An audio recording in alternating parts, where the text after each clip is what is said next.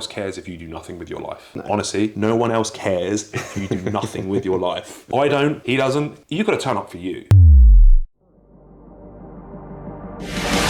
With the real world.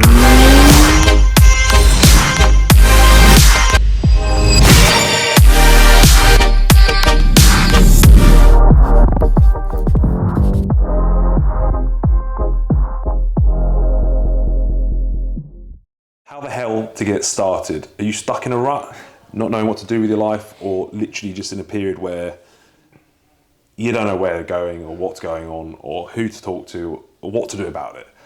And we are on Lean Whiskies, an empire building episode. I've lost count. 11, I think. 11 with Marcus, the bad hair Wickwar again. Yes. And I'm going to talk about how to get yourself off the ground and get moving in life, hopefully. The irony was that starting this podcast just took about 5 minutes, so Yeah, we waited a little while. everyone struggles with it, so that's why we thought we'd talk about it. Yeah, so I get inundated with questions daily, actually, with people knowing they want to be successful, telling me at the very least that they have the work ethic to be successful. Whether or not they do, that's another thing. Yeah. But at the very least, I'm being told people have the work ethic, they want to be successful, they've got the drive, the desire, but just have no clue how to progress forward, whether it's them stopping themselves. I think half the time they don't even know what's stopping them, whether it's the skill set problem or, so we can talk a little bit about it today. But Yeah, so to start with, what do you think it is? Do you think it's more that people like the idea of being that kind of person, or do you think that they are and they're genuinely stuck? I think for the most part, people talk a big game. And I always use this analogy with like dieting. It's the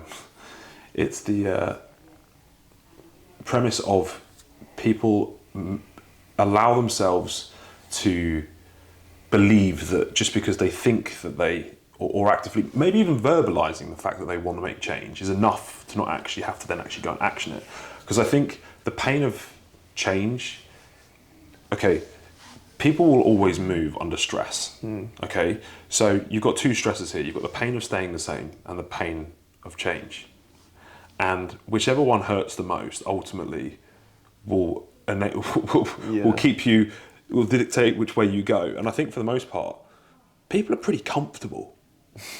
And I think ultimately that in my humble opinion, most people say they want a six-figure business. Most people say they want to lose weight. Most people say they want to be successful, but are not willing to put in really what it takes to do it. Yeah, so they want it, they just don't want the hard work. They want it, but not as much as they want the pain of the thing they have to do to get that thing. Yeah, that's kind of like Aldous Huxley's dystopian vision of the future, was that everyone would just be so comfortable that like government systems would be able to get away with anything because they've made everyone's life so comfortable. That's exactly what's happened. It does very much feel that way. Going off topic slightly, the UK are the masters at this, in my opinion, right? So if you look at Iran at the moment, there is pretty much nearly civil war erupting because what happened is the government took away everything from its people. And when you've got nothing left to lose, the pain of staying the same because it's really uncomfortable. I don't want to stay this way anymore. So it's worth me risking my life to go and fight the system to get out of this situation. They're literally putting their lives on the line. The UK, we have a lovely welfare system. You're never going to go hungry. You've got roof over your head if you need it. You've got all the support that you could possibly need to feel comfortable.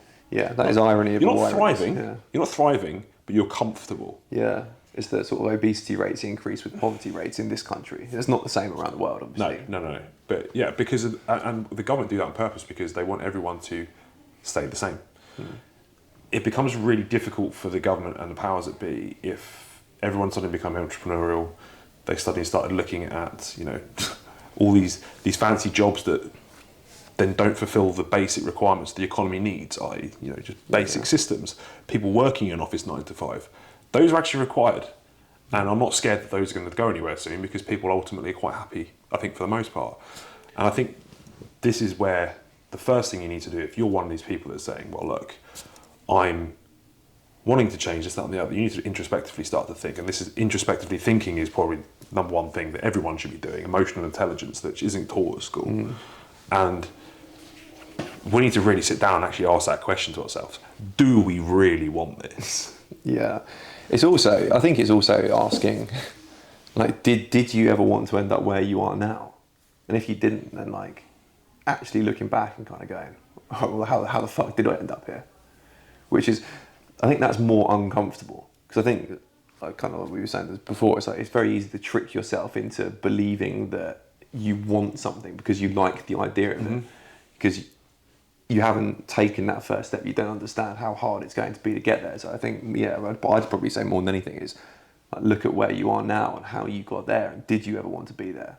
And like start looking at, okay, maybe I did this wrong, maybe I didn't take this opportunity, and then start to assess it that way first, because you'll probably realise that you have just, for most people, they never really know where they are in a bad place for want of trying. No one has ever like tried to like put themselves in a hole.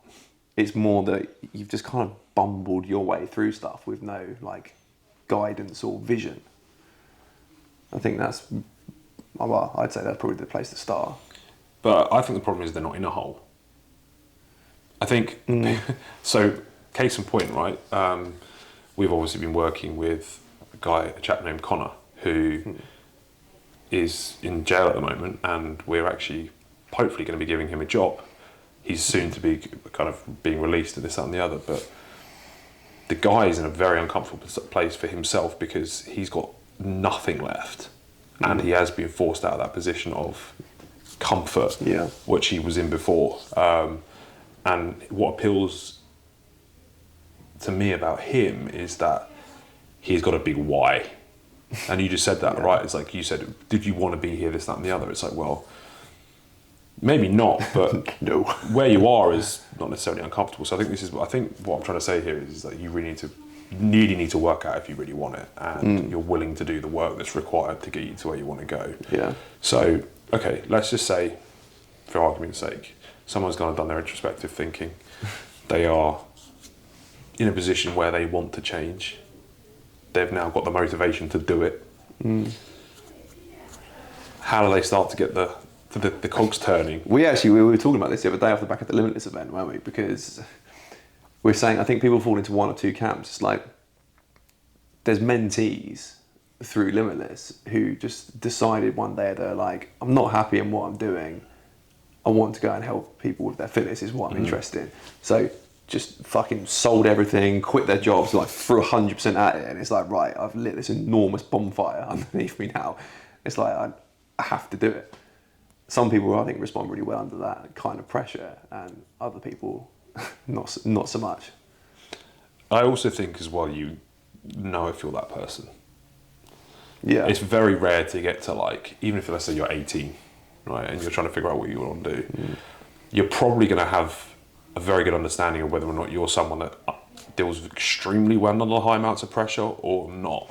So in that instance, if you are someone that, and this is actually someone that one of our mentees actually was saying that he's got very comfortable and he's actually had a lot of clients drop off from his services and the other. And my advice, and he was looking actually at a new supercar to buy, and I wouldn't normally give this advice out, but he got so comfortable he lost his drive, and he needed some financial pressure. So he's actually gone and bought this R8. Yeah. Because I know that him needing to pay that car finance every month will give him a kick up the arse. And if you know you're that way inclined, that advice works great. But on the flip side, if you're not that kind of person, you could crumble and end up owing a lot of money out and be in a really bad situation. So it's really important that from a place of responsibility, I'm not going to just advocate everyone do that. I think it's important to know if you're that way inclined. I think everyone needs a level of pressure. It's just working out how much and the risk associated with that pressure.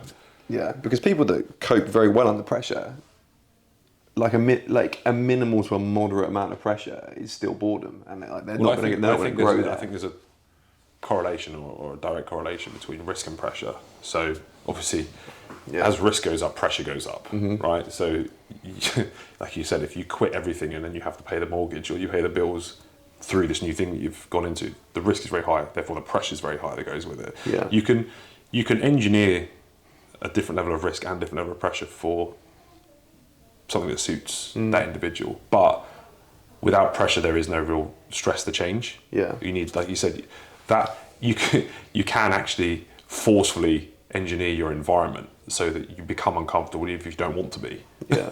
Yeah. So if you're one of these people that maybe are a little bit comfortable, you know that if you're kind of left in a position where it doesn't really matter, you're not going to do anything, then change things so that you have to do it. Yeah. If that is a motivating factor for you. Yeah. Well, we all know this, don't we? Like you have to operate under stress if you want to grow. Mm-hmm. And so when you're just sat in a position of like comfort and privilege, it's very hard to make your life uncomfortable. Like I think one of the things that like most people can do if they don't do it already is like start doing something physical. Do like put your body physically under stress if you don't already. Like how many people like, oh, I have all these like wild ambitions, I want to become like a multi-millionaire. They have a 9-to-5 job, they just go home and just fucking whop Netflix on. So why are you doing that? To create good habits. Yeah, start. Yeah. And if you're not experiencing any level of stress, like it's very hard that you don't want to just like go home and start a row with your partner or like kick the dog and let it attack you or something like that. That's not the wrong kind of pressure to apply. But if you can start to apply physical pressure to yourself, is the easiest way of doing it. Run. If you don't run, jog. If you don't jog, walk. I think an extension of this is, as well as it's all well and good just saying just start. I think the prerequisite to just starting is goal setting. Yeah, so people that, and I like, it doesn't matter how basic or advanced you are in your endeavours, I would class myself as pretty advanced. We still set, and if probably even more so, the more advanced you get, the more religious you need to be at setting goals, because without an end destination, that is the quickest and easiest way to lose motivation and drive. For me personally, it's like if someone says run, right? Yeah. And there's no explanation of how far, how long, how to run, why you're doing it. You're going to give up extremely quickly. Yeah, you probably won't even start the run. Yeah, people become like over ambitious. Like a couple of very good books on habit forming. Because basically is you need to like build habits in line with micro goals. There's one that's called Micro Habits, one's Atomic Habits. Can't remember who authored them. Never remember who authored these books. We talked about this actually with the Limitless team, didn't we? Like a few weeks ago about breaking down bigger goals into micro goals. And if you still can't manage that, like break it down even further. So like if you use the analogy of like, I want to be able to get up and go for a run at 6 a.m. every morning. So right, break that down. Like just set your alarm at 6 every day. Even if you don't get out of bed, set your alarm at 6. Like just become the sort of person that sets your alarm at 6. Do that for a couple of weeks. Then after a couple of weeks, start getting up out of bed. So now you're the sort of person that sets your alarm at 6 and that gets out of bed. Even if you don't go for a run, just break it down into baby steps. And like, we know that we've had to do this with a few of the mentees. Like you put like 10 tasks on a board and even that's overwhelming. Even if those tasks themselves are like baby steps, it's all right. Okay, let's take it back one step further. It's like one task a day. I do definitely think that there's information overload is a massive reason for people getting stuck in a rut now, not knowing what to do or how to do things. Because if you Google like how to make money in 2023, for example, on YouTube, there'll be 3 million people on there giving you different advice. And even if it's the same advice, there's different ways of doing it. And you're there going, how on earth do I get going? So my advice would really be is like, figuring out what you want to do really is something that you have to do personally. No one can tell you what you want to do. And then ultimately, before you start trying to seek advice on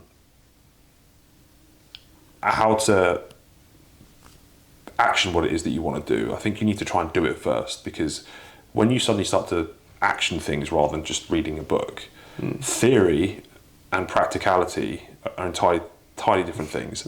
And when you start to apply things practically, you'll be flooded with questions that you can give to someone, so that when you do actually reach out and ask someone how to do something, you'll get so much more value out of them. And what they're telling you will resonate with you a lot more. So it is figuring out what you want, starting through setting some goals, and then very quickly getting advice on those, on that path from someone who knows what they're doing, so they can kind of help you adjust and fine tune. I think the biggest hurdle for people is coming back to it is like actually figuring out what that thing is that they want to work towards. So Jordan Peterson makes a very good point on this, I think, and it's like even if you don't know what that thing is. Just pick a thing, just pick one thing, and start to actually work towards it. And like, I think that's where like physical exercise comes into it, because it's something that everyone can do. Like, or even if it's not that, even if it's like, oh, just read. Set the goal of reading more and start moving forward towards a goal. Because as soon as you start moving forward, you work out that there's so many transferable skills. And it's just that actually progressing in life and developing habit and developing discipline and being able to self-motivate, they are skills. Mm-hmm. So yeah, I completely resonate with that. And I think that for every one thing you try, you'll actually figure out 100 things you don't want to do, because there's so many elements of one thing that cross over and overlap, and you're like, okay, well, I don't necessarily want to do a 9 to 5 because I don't like the lack of freedom. So that rules out a lot of different jobs, right? I'm not particularly creative, so I don't really want that rules out a lot of jobs. So you very quickly, just by trying a few things, you narrow the playing field down drastically, and you'll quickly figure out what it is that you want to do. Because it's not like, oh, well, I've got to try 1,000 things before I figure out what I want. You don't actually. You have to do a handful. And then from doing a handful of things, the elements of the thing, or you can say take the things you like and then, okay, what job role fits this? Yeah. Or what life fits this? Yeah. And then quickly start to find out what that is quite quickly. And with each step that you take, because you figured out what you don't like, you're obviously going to make sure that the next thing doesn't have those things in it. Yeah. So you get closer and closer to what it is with a few iterations. Yeah. I think as well, like, one of the things that actually popped up like a lot on Friday at the event was the fact that if you want to start your own business and become successful at that, you need to have a fucking lot of skill set, like, and wildly different skills as well. Like, you need to be able to do so many different things. And if you don't start with any of those, like, you're not making any progress at all. So like, even if it's like, oh, okay, I'm going to start uploading pictures onto a social media account, or learn how to use social media. Like, even if you don't do that, if you're not on social media and you're like, oh, okay, I want to run my own business, like, well, just get a social media account, use social media. Like, that is progress forward. And you might go, oh, okay, I hate this part of it. And like you say, then you learn, oh, okay, I dislike this bit, I like this bit. So this is the other thing as well. I think a lot of people start and then quit. And I quote this term from Gary Vee, and I think as an entrepreneur or someone that's kind of trying to pursue their own endeavours, you need to be a pragmatic optimist. So people just think, oh, I need to be one of those glass half full kind of guys or girls. Well, you do. You need to be optimistic. But you need to be rational in the application of that optimism, and know that, and be realistic in your approach, and knowing that what needs to be done. So, as you rightly just said, then, when you embark on an endeavour or you try to do something, don't be arrogant enough to think that you can do it with zero skill sets to start with. It's going to take a lot of time and effort, and also having built up to be successful in something will either take a lot of skill sets that you've already accumulated, or skill sets that you need to accumulate in the future. And be pragmatic in the approach of, okay, if I don't have those skills yet, rather than give up, I need to go and find out what those are, learn them and apply them. Yeah.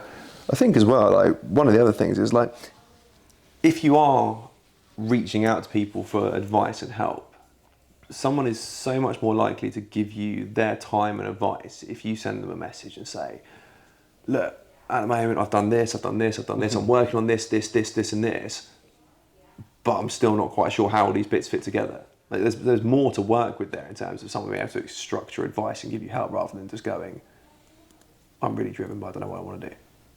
So, well, have you started anything? No. So we'll go and fucking start something. So just something. It doesn't have to be start your roadmap to your, like, 8-figure business. It's just start something. Doesn't matter what it is. I completely agree. I think AAA is what AAA method is something that I've coined well. I try and push everyone to do is action, analyze, adjust. So I think the biggest issue with people is their inability to action through whatever that be. Imposter syndrome, fear, lack of skills, societal pressures, laziness. All of these things stop action happening. And without action, you really can't analyse or adjust or make any decisions on anything, because there's no feedback, there's no data. And we do this with every business, and anyone just starting out as well. It's like, if you haven't tried anything, just action something. Yeah. And at the very least, while you're trying to figure that out, at least you're doing something. Because this period of limbo of like, oh, I'm trying to figure something out, it's okay, I'll find it out soon, is worse than if you just tried doing something, even if that wasn't the thing. Yeah. Yeah. So like kind of obviously like the topic of this podcast is kind of like how to get started. But realistically, you have to actually just action something. You just have to actually do something. Doesn't necessarily matter what it is. And like you said, even if you're trying to be successful in business, you can also just be someone that actions something physically. So you become associated, like you say, with the label or belief system that you are someone that actions. And therefore make it much easier to make those, funnily enough, those jumps in everything else in your life.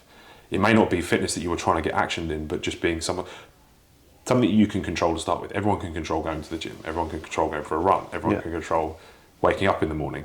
Just be someone, become an action taker, which will then make it much easier to make actions within a business sense. Yeah. And feed that through. Yeah. It's like I'm just kind of, I'm thinking about it in my head. It's like if you take the analogy of like, oh, okay, all right, I would like to be able to run 1 mile, but you're currently sat on the sofa. If you don't ever stand up and take that first step, you're never going to run. As much as you love the idea of being able to do it, and like you might read every book on running and watch motivational runners, unless if you're still sat on the sofa, you're never going to do it. I also think that a lot of it comes down to limiting beliefs as well. If you are stopping yourself from doing something, you always need to introspectively think about where that's come from, why you think you can't do it.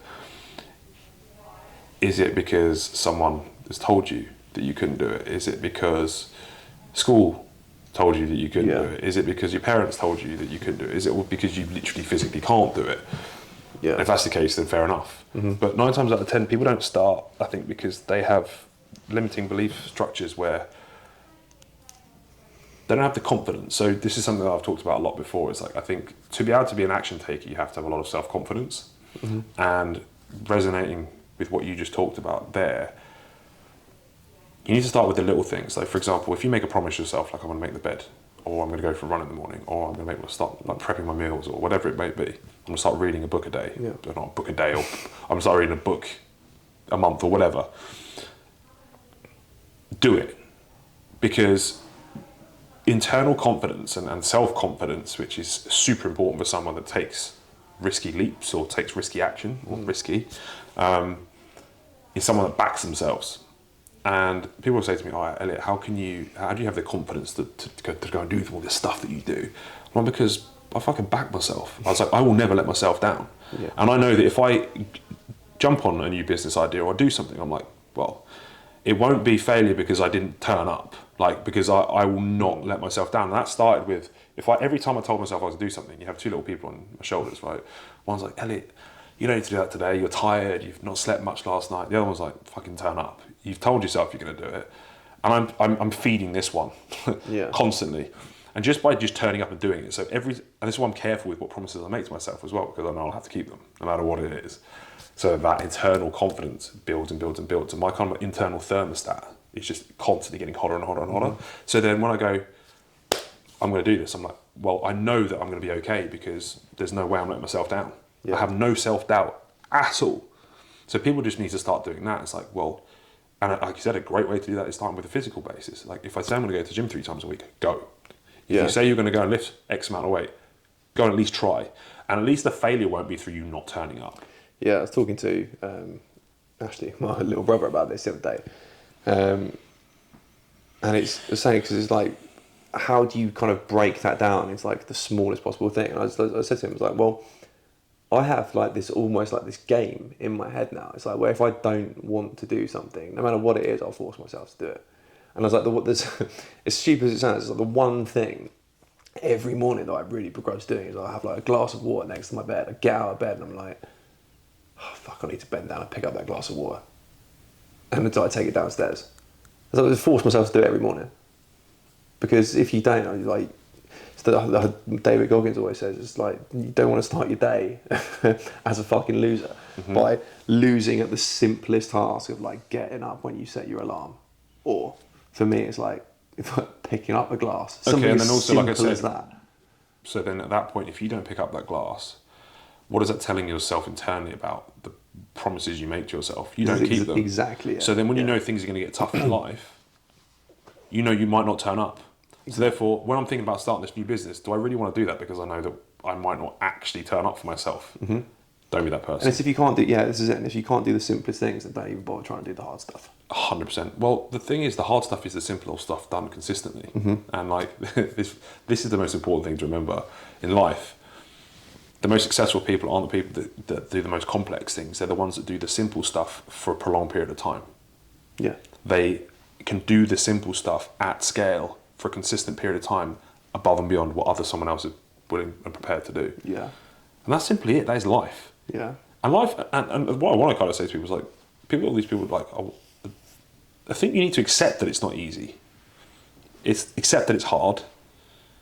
And you can either make the decision to go through your whole life comfortable or mildly uncomfortable with the position you're in, or you can accept the hard path but get massive rewards for it. And it's like, I have no time for someone that really doesn't care to change.